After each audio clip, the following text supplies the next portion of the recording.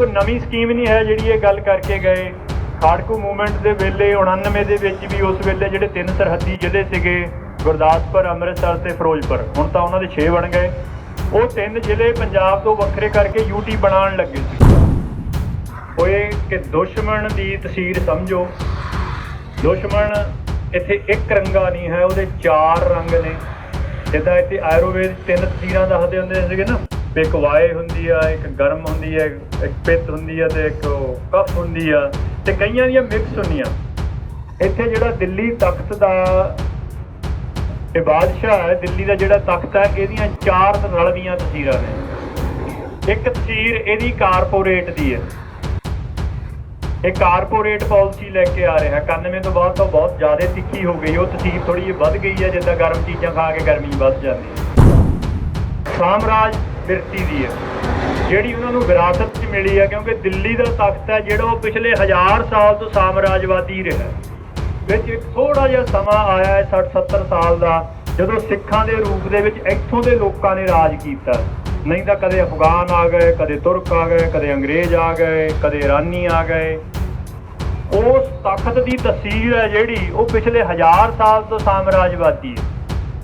ਕਿਸੇ ਕੁੱਜੇ 'ਚ ਵੀ ਘਿਓ ਰੱਖ ਦਿਓ ਨਾ, ਉਹਦੇ ਵਿੱਚੋਂ ਤੰਦਿਆਈ ਨਹੀਂ ਜਾਂਦੀ ਹੈ। ਜਿੱਥੇ 1000 ਸਾਲ ਇੱਦਾਂ ਦਾ ਸਾਮਰਾਜਵਾਦੀ ਸਿਸਟਮ ਰਿਹਾ ਹੋਵੇ, ਉਹ ਤਸਵੀਰ ਕਿੱਥੇ ਜਾਂਦੀ ਹੈ। ਇਸੇ ਕਰਕੇ ਕਿਸੇ ਨੂੰ ਉਹ ਪੁੱਛਦੇ ਨਹੀਂ ਹੈ। ਆ ਹੁਣ ਜਿਸ ਤਰੀਕੇ ਦੇ ਨਾਲ ਕਾਨੂੰਨ ਪਾਸ ਕੀਤਾ, ਮਤਲਬ ਹੀ ਨਹੀਂ ਹੈ ਕਿ ਉਹ ਕਿਸੇ ਨੂੰ ਕੰਸਲਟ ਕਰਨ। ਇੱਕੋ ਜਿਹੇ ਰੰਗ ਦਾ ਇੱਥੇ ਇੱਕ ਸੱਭਿਆਚਾਰ ਲੈ ਕੇ ਆਉਣ ਦਾ। ਸਾਮਰਾਜਵਾਦ ਇੱਥੇ ਪਹਿਲਾਂ ਵੀ ਰਿਹਾ, ਕਾਰਪੋਰੇਟ ਪਹਿਲਾਂ ਵੀ ਰਹੇ ਨੇ। ਸਾਡੀ ਬੋਲੀ ਨੂੰ ਨਹੀਂ ਖਤਰਾ ਹੋਇਆ ਹੈ ਕਦੇ। ਇਹ ਸਾਡੀ ਬੋਲੀ ਨੂੰ ਖਤਰਾ ਕਿੱਥੋਂ ਹੋ ਗਿਆ? ਇਹ ਉਸ ਤਸਵੀਰ 'ਚੋਂ ਹੋ ਰਿਹਾ ਹੈ ਕਿ ਉਹ ਚਾਹੁੰਦੇ ਇੱਥੇ ਇੱਕੋ ਚੀਜ਼ ਕਰਨੀ ਹੈ, ਹਿੰਦੁਸਤਾਨ ਤੇ ਹਿੰਦੀ। ਕੋਈ ਨਵੀਂ ਸਕੀਮ ਨਹੀਂ ਹੈ ਜਿਹੜੀ ਇਹ ਗੱਲ ਕਰਕੇ ਗਏ। ਖਾੜਕੂ ਮੂਵਮੈਂਟ ਦੇ ਵੇਲੇ 99 ਦੇ ਵਿੱਚ ਵੀ ਉਸ ਵੇਲੇ ਜਿਹੜੇ 3 ਸਰਹੱਦੀ ਜ਼ਿਲ੍ਹੇ ਸੀਗੇ ਗੁਰਦਾਸਪੁਰ, ਅੰਮ੍ਰਿਤਸਰ ਤੇ ਫਿਰੋਜ਼ਪੁਰ, ਹੁਣ ਤਾਂ ਉਹਨਾਂ ਦੇ 6 ਬਣ ਗਏ। ਉਹ 3 ਜ਼ਿਲ੍ਹੇ ਪੰਜਾਬ ਤੋਂ ਵੱਖਰੇ ਕਰਕੇ यूटी ਬਣਾਉਣ ਲੱਗੇ ਸੀ। ਪੰਜਾਬ ਦਾ DGP ਰਵੀਰੋ ਰਿਹਾ, ਸਦਾ ਸ਼ੰਕਰ ਰੇ ਰਿਹਾ ਪੰਜਾਬ ਦਾ ਗਵਰਨਰ। ਰਵੀਰੋ ਨੇ ਆਪ ਦੀ ਕਿਤਾਬ ਦੇ ਵਿੱਚ ਇਹ ਜ਼ਿਕਰ ਲਿਖਿਆ ਹੈ ਕਿ ਇੱਕ ਦਿਨ ਪ੍ਰਾਈਮ ਮਿਨਿਸਟਰ ਨੇ ਸਾਨੂੰ ਸੱਦਿਆ ਹੈ ਵੀ ਬਹੁਤ ਇੰਪੋਰਟੈਂਟ ਮੀਟਿੰਗ ਹੈ। ਜਦੋਂ ਉੱਥੇ ਗਏ ਤੇ ਕਹਿੰਦਾ ਉਹਨਾਂ ਨੇ ਸਾਨੂੰ ਪਲਾਨ ਦਿਖਾਇਆ ਕਿ ਇਸ ਤਰ੍ਹਾਂ 3 ਜ਼ਿਲ੍ਹੇ ਅਸੀਂ ਪੰਜਾਬ ਤੋਂ ਕੱਟ ਕੇ यूटी ਬਣਾਉਣ ਲੱਗੇ, ਵੀ ਤੁਹਾਡਾ ਇਹਦੇ ਤੇ ਕੀ ਖਿਆਲ ਹੈ? ਕਹਿੰਦਾ ਅਸੀਂ ਆਪਦਾ ਖਿਆਲ ਤਾਂ ਦਿੱਤਾ ਵੀ ਇਹ ਸ਼ਾਇਦ ਠੀਕ ਨਾ ਹੋਵੇ, ਕੰਮ ਵੱਧ ਜਾਏ। ਉਹ ਕਹਿੰਦੇ ਨਹੀਂ, ਸਾਡੇ ਹਿਸਾਬ ਨਾਲ ਠੀਕ ਹੀ ਆ। ਫਿਰ ਐਨ ਮੌਕੇ ਤੇ ਆ ਕੇ ਪਤਾ ਨਹੀਂ ਚਲੋ ਉਹਨੇ ਕਿਉਂ ਨਹੀਂ ਬਣਾਇਆ, ਛੱਡ ਦਿੱਤੀ ਸੀਗੀ।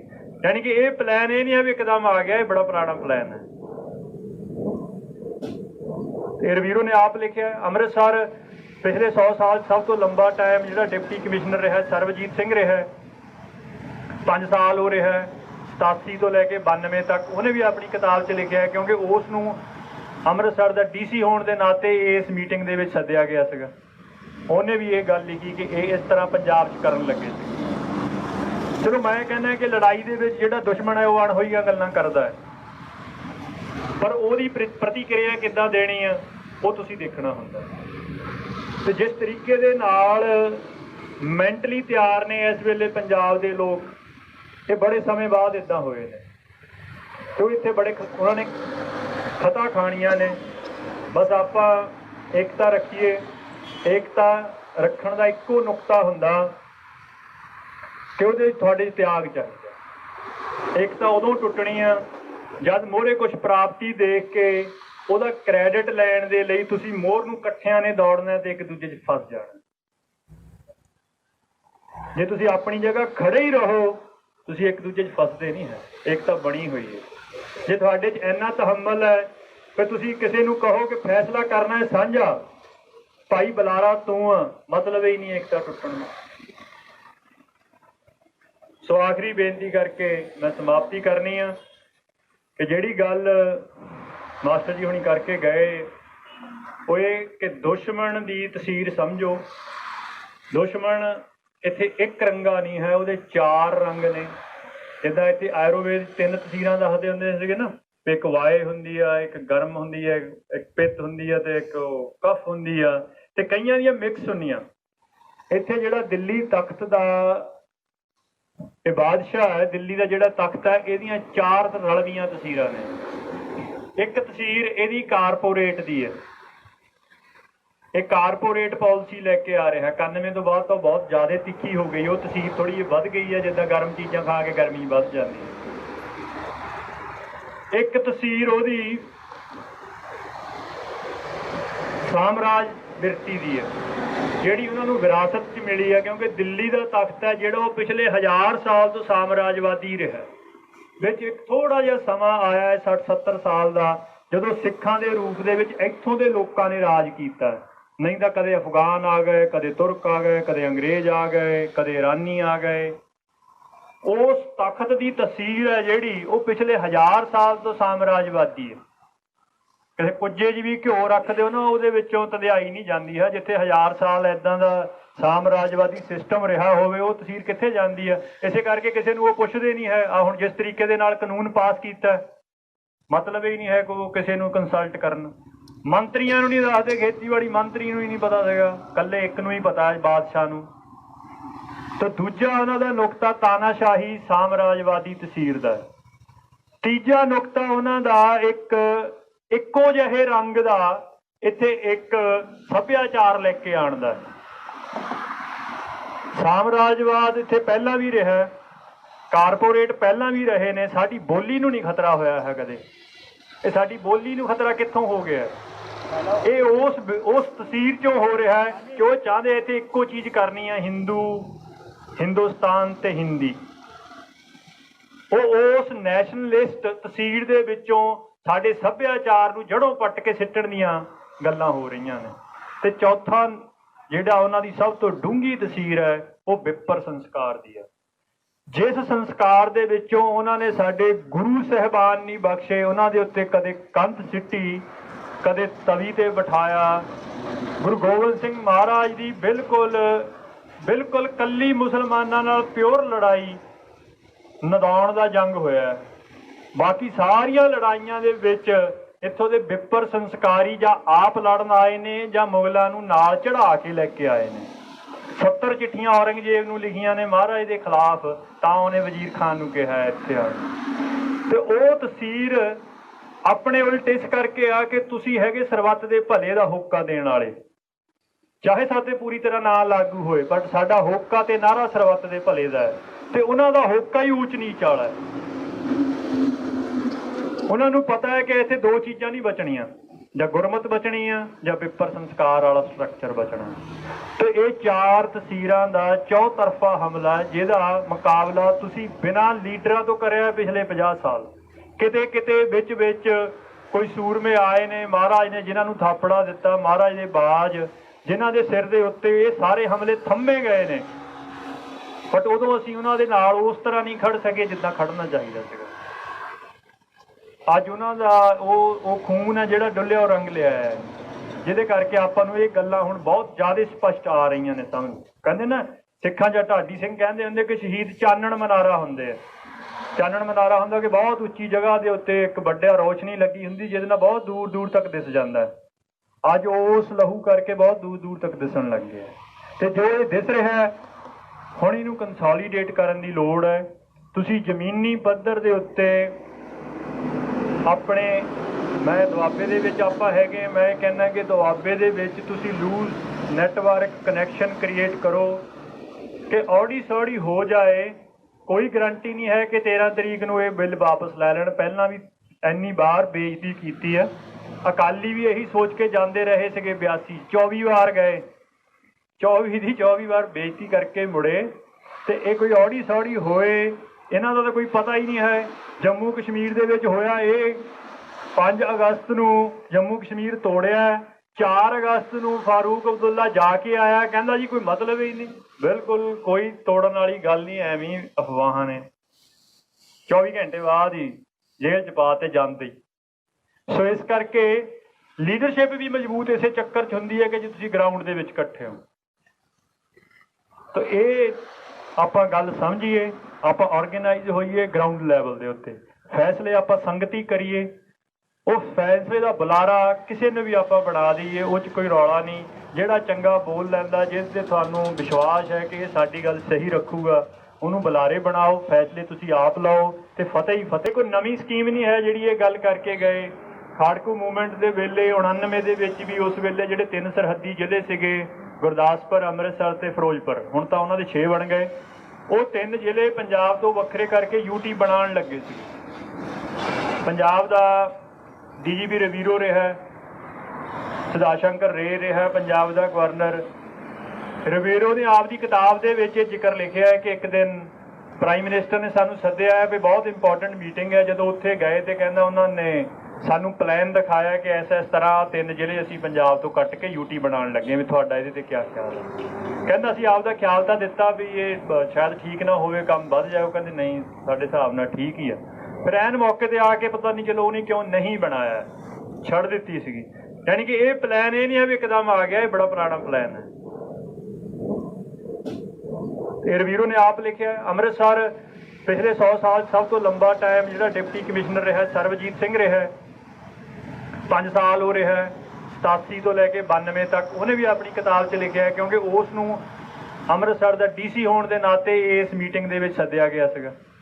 ਉਹਨੇ ਵੀ ਇਹ ਗੱਲ ਲਿਖੀ ਕਿ ਇਹ ਇਸ ਤਰ੍ਹਾਂ ਪੰਜਾਬ 'ਚ ਕਰਨ ਲੱਗੇ ਸੀ। ਚਲੋ ਮੈਂ ਕਹਿੰਦਾ ਕਿ ਲੜਾਈ ਦੇ ਵਿੱਚ ਜਿਹੜਾ ਦੁਸ਼ਮਣ ਹੈ ਉਹ ਅਣਹੋਈਆਂ ਗੱਲਾਂ ਕਰਦਾ ਹੈ, ਪਰ ਉਹਦੀ ਪ੍ਰਤੀਕਿਰਿਆ ਕਿੱਦਾਂ ਦੇਣੀ ਆ ਉਹ ਤੁਸੀਂ ਦੇਖਣਾ ਹੁੰਦਾ।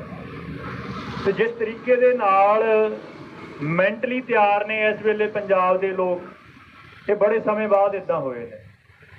ਕਿਉਂ ਇੱਥੇ ਬੜੇ ਉਹਨਾਂ ਨੇ ਖਤਾ ਖਾਣੀਆਂ ਨੇ। ਬਸ ਆਪਾਂ ਏਕਤਾ ਰੱਖੀਏ।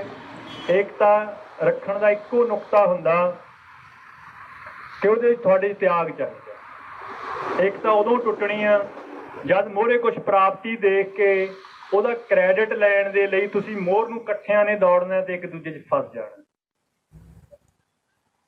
ਜੇ ਤੁਸੀਂ ਆਪਣੀ ਜਗ੍ਹਾ ਖੜੇ ਹੀ ਰਹੋ, ਤੁਸੀਂ ਇੱਕ ਦੂਜੇ 'ਚ ਫਸਦੇ ਨਹੀਂ ਹੈ। ਏਕਤਾ ਬਣੀ ਹੋਈ ਹੈ। ਜੇ ਤੁਹਾਡੇ 'ਚ ਇੰਨਾ ਤਹੰਮਲ ਹੈ ਕਿ ਤੁਸੀਂ ਕਿਸੇ ਨੂੰ ਕਹੋ ਕਿ ਫੈਸਲਾ ਕਰਨਾ ਹੈ ਸਾਂਝਾ, ਭਾਈ ਬੁਲਾਰਾ ਤੂੰ ਆ, ਮਤਲਬ ਹੀ ਨਹੀਂ ਏਕਤਾ ਟੁੱਟਣ ਦਾ। ਸੋ ਆਖਰੀ ਬੇਨਤੀ ਕਰਕੇ ਮੈਂ ਸਮਾਪਤੀ ਕਰਨੀ ਆ ਕਿ ਜਿਹੜੀ ਗੱਲ ਮਾਸਟਰ ਜੀ ਹੁਣੀ ਕਰਕੇ ਗਏ ਉਹ ਇਹ ਕਿ ਦੁਸ਼ਮਣ ਦੀ ਤਸਵੀਰ ਸਮਝੋ। ਦੁਸ਼ਮਣ ਇੱਥੇ ਇੱਕ ਰੰਗਾ ਨਹੀਂ ਹੈ, ਉਹਦੇ 4 ਰੰਗ ਨੇ। ਜਿੱਦਾਂ ਇੱਥੇ ਆਯੁਰਵੇਦ 3 ਤਸਵੀਰਾਂ ਦੱਸਦੇ ਹੁੰਦੇ ਸੀਗੇ ਨਾ, ਇੱਕ ਵਾਏ ਹੁੰਦੀ ਆ, ਇੱਕ ਗਰਮ ਹੁੰਦੀ ਹੈ, ਇੱਕ ਪਿੱਤ ਹੁੰਦੀ ਆ ਤੇ ਇੱਕ ਕਫ ਹੁੰਦੀ ਆ, ਤੇ ਕਈਆਂ ਦੀਆਂ ਮਿਕਸ ਹੁੰਦੀਆਂ। ਇੱਥੇ ਜਿਹੜਾ ਦਿੱਲੀ ਤਖਤ ਦਾ ਇਹ ਬਾਦਸ਼ਾਹ ਹੈ, ਦਿੱਲੀ ਦਾ ਜਿਹੜਾ ਤਖਤ ਹੈ, ਇਹਦੀਆਂ 4 ਰਲਵੀਆਂ ਤਸਵੀਰਾਂ ਨੇ। ਇੱਕ ਤਸਵੀਰ ਇਹਦੀ ਕਾਰਪੋਰੇਟ ਦੀ ਹੈ। ਇਹ ਕਾਰਪੋਰੇਟ ਪਾਲਿਸੀ ਲੈ ਕੇ ਆ ਰਿਹਾ। 91 ਤੋਂ ਬਾਅਦ ਤਾਂ ਬਹੁਤ ਜ਼ਿਆਦਾ ਤਿੱਖੀ ਹੋ ਗਈ। ਉਹ ਤਸਵੀਰ ਥੋੜੀ ਜਿਹੀ ਵੱਧ ਗਈ ਹੈ, ਜਿੱਦਾਂ ਗਰਮ ਚੀਜ਼ਾਂ ਖਾ ਕੇ ਗਰਮੀ ਵੱਧ ਜਾਂਦੀ ਹੈ। ਇੱਕ ਤਸਵੀਰ ਉਹਦੀ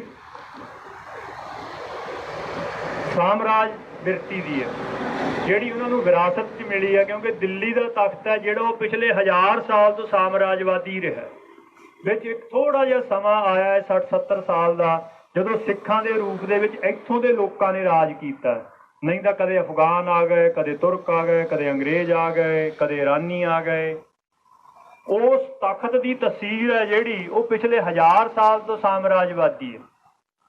ਕਿਸੇ ਕੁੱਜੇ 'ਚ ਵੀ ਘਿਓ ਰੱਖ ਦਿਓ ਨਾ, ਉਹਦੇ ਵਿੱਚੋਂ ਧੰਦਿਆਈ ਨਹੀਂ ਜਾਂਦੀ ਹੈ। ਜਿੱਥੇ 1000 ਸਾਲ ਇੱਦਾਂ ਦਾ ਸਾਮਰਾਜਵਾਦੀ ਸਿਸਟਮ ਰਿਹਾ ਹੋਵੇ, ਉਹ ਤਸਵੀਰ ਕਿੱਥੇ ਜਾਂਦੀ ਹੈ? ਇਸੇ ਕਰਕੇ ਕਿਸੇ ਨੂੰ ਉਹ ਪੁੱਛਦੇ ਨਹੀਂ ਹੈ। ਆ ਹੁਣ ਜਿਸ ਤਰੀਕੇ ਦੇ ਨਾਲ ਕਾਨੂੰਨ ਪਾਸ ਕੀਤਾ, ਮਤਲਬ ਹੀ ਨਹੀਂ ਹੈ ਕਿ ਉਹ ਕਿਸੇ ਨੂੰ ਕੰਸਲਟ ਕਰਨ।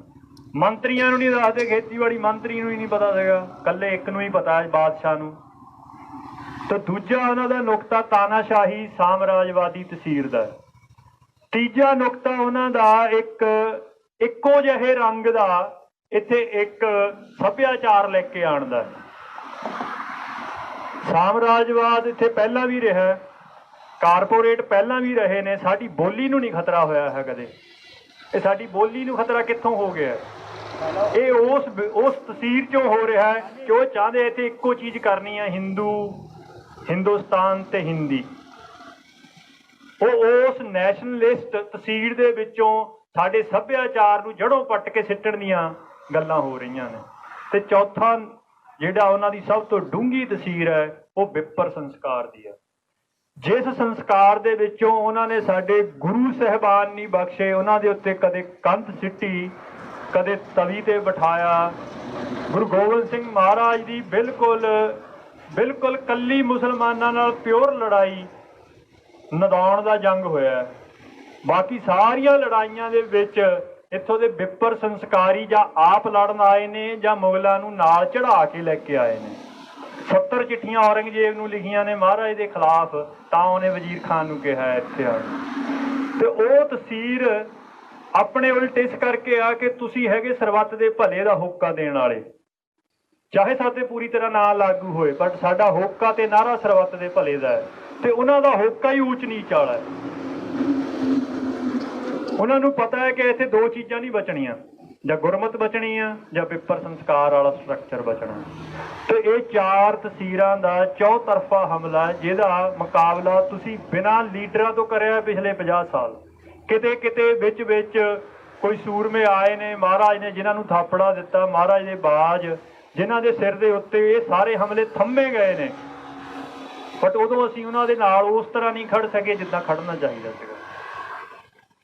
ਅੱਜ ਉਹਨਾਂ ਦਾ ਉਹ ਖੂਨ ਹੈ ਜਿਹੜਾ ਡੁੱਲਿਆ ਉਹ ਰੰਗ ਲਿਆ ਹੈ, ਜਿਹਦੇ ਕਰਕੇ ਆਪਾਂ ਨੂੰ ਇਹ ਗੱਲਾਂ ਹੁਣ ਬਹੁਤ ਜ਼ਿਆਦਾ ਸਪਸ਼ਟ ਆ ਰਹੀਆਂ ਨੇ ਸਮਝ। ਕਹਿੰਦੇ ਨਾ ਸਿੱਖਾਂ 'ਚ ਢਾਡੀ ਸਿੰਘ ਕਹਿੰਦੇ ਹੁੰਦੇ ਕਿ ਸ਼ਹੀਦ ਚਾਨਣ ਮਨਾਰਾ ਹੁੰਦੇ ਆ। ਚਾਨਣ ਮਨਾਰਾ ਹੁੰਦਾ ਕਿ ਬਹੁਤ ਉੱਚੀ ਜਗ੍ਹਾ ਦੇ ਉੱਤੇ ਇੱਕ ਵੱਡਾ ਰੋਸ਼ਨੀ ਲੱਗੀ ਹੁੰਦੀ, ਜਿਹਦੇ ਨਾਲ ਬਹੁਤ ਦੂਰ ਦੂਰ ਤੱਕ ਦਿਸ ਜਾਂਦਾ। ਅੱਜ ਉਸ ਲਹੂ ਕਰਕੇ ਬਹੁਤ ਦੂਰ ਦੂਰ ਤੱਕ ਦਿਸਣ ਲੱਗ ਗਿਆ। ਤੇ ਜੋ ਇਹ ਦਿਸ ਰਿਹਾ ਹੁਣ ਇਹਨੂੰ ਕੰਸੋਲੀਡੇਟ ਕਰਨ ਦੀ ਲੋੜ ਹੈ। ਤੁਸੀਂ ਜ਼ਮੀਨੀ ਪੱਧਰ ਦੇ ਉੱਤੇ ਆਪਣੇ, ਮੈਂ ਦੁਆਬੇ ਦੇ ਵਿੱਚ ਆਪਾਂ ਹੈਗੇ, ਮੈਂ ਕਹਿੰਦਾ ਕਿ ਦੁਆਬੇ ਦੇ ਵਿੱਚ ਤੁਸੀਂ ਲੂਜ਼ ਨੈਟਵਰਕ ਕਨੈਕਸ਼ਨ ਕ੍ਰੀਏਟ ਕਰੋ ਕਿ ਔੜੀ ਸੌੜੀ ਹੋ ਜਾਏ। ਕੋਈ ਗਰੰਟੀ ਨਹੀਂ ਹੈ ਕਿ 13 ਤਰੀਕ ਨੂੰ ਇਹ ਬਿੱਲ ਵਾਪਸ ਲੈ ਲੈਣ। ਪਹਿਲਾਂ ਵੀ ਇੰਨੀ ਵਾਰ ਬੇਇੱਜ਼ਤੀ ਕੀਤੀ ਹੈ। ਅਕਾਲੀ ਵੀ ਇਹੀ ਸੋਚ ਕੇ ਜਾਂਦੇ ਰਹੇ ਸੀਗੇ, 82 24 ਵਾਰ ਗਏ, 24 ਦੀ 24 ਵਾਰ ਬੇਇੱਜ਼ਤੀ ਕਰਕੇ ਮੁੜੇ। ਤੇ ਇਹ ਕੋਈ ਔੜੀ ਸੌੜੀ ਹੋਏ, ਇਹਨਾਂ ਦਾ ਤਾਂ ਕੋਈ ਪਤਾ ਹੀ ਨਹੀਂ ਹੈ। ਜੰਮੂ ਕਸ਼ਮੀਰ ਦੇ ਵਿੱਚ ਹੋਇਆ ਇਹ 5 ਅਗਸਤ ਨੂੰ ਜੰਮੂ ਕਸ਼ਮੀਰ ਤੋੜਿਆ, 4 ਅਗਸਤ ਨੂੰ ਫਾਰੂਕ ਅਬਦੁੱਲਾ ਜਾ ਕੇ ਆਇਆ, ਕਹਿੰਦਾ ਜੀ ਕੋਈ ਮਤਲਬ ਹੀ ਨਹੀਂ। ਬਿਲਕੁਲ ਕੋਈ ਤੋੜਨ ਵਾਲੀ ਗੱਲ ਨਹੀਂ, ਐਵੇਂ ਅਫਵਾਹਾਂ ਨੇ। 24 ਘੰਟੇ ਬਾਅਦ ਹੀ ਜੇਲ੍ਹ 'ਚ ਪਾ ਤੇ ਜਾਂਦੇ। ਸੋ ਇਸ ਕਰਕੇ ਲੀਡਰਸ਼ਿਪ ਵੀ ਮਜ਼ਬੂਤ ਇਸੇ ਚੱਕਰ 'ਚ ਹੁੰਦੀ ਹੈ ਕਿ ਜੇ ਤੁਸੀਂ ਗਰਾਊਂਡ ਦੇ ਵਿੱਚ ਇਕੱਠੇ ਹੋ। ਤਾਂ ਇਹ ਆਪਾਂ ਗੱਲ ਸਮਝੀਏ, ਆਪਾਂ ਆਰਗੇਨਾਈਜ਼ ਹੋਈਏ ਗਰਾਊਂਡ ਲੈਵਲ ਦੇ ਉੱਤੇ, ਫੈਸਲੇ ਆਪਾਂ ਸੰਗਤੀ ਕਰੀਏ। ਉਸ ਫੈਸਲੇ ਦਾ ਬੁਲਾਰਾ ਕਿਸੇ ਨੂੰ ਵੀ ਆਪਾਂ ਬਣਾ ਦਈਏ, ਉਹ 'ਚ ਕੋਈ ਰੌਲਾ ਨਹੀਂ। ਜਿਹੜਾ ਚੰਗਾ ਬੋਲ ਲੈਂਦਾ, ਜਿਸ 'ਤੇ ਤੁਹਾਨੂੰ ਵਿਸ਼ਵਾਸ ਹੈ ਕਿ ਇਹ ਸਾਡੀ ਗੱਲ ਸਹੀ ਰੱਖੂਗਾ, ਉਹਨੂੰ ਬੁਲਾਰੇ ਬਣਾਓ। ਫੈਸਲੇ ਤੁਸੀਂ ਆਪ ਲਓ ਤੇ ਫਤਿਹ ਹੀ ਫਤਿਹ। ਸਿੱਖ ਧਰਮ ਦੀ ਹਰ ਗਤੀਵਿਧੀ ਅਤੇ ਗੁਰਬਾਣੀ ਵਾਸਤੇ ਹੁਣੇ ਸਬਸਕ੍ਰਾਈਬ ਕਰੋ ਗੁਰਬਾਣੀ ਅਖੰਡ ਬਾਣੀ ਅਤੇ ਨੋਟੀਫਿਕੇਸ਼ਨਸ ਵਾਸਤੇ ਬੈਲ ਨੂੰ ਰਿੰਗ ਕਰੋ।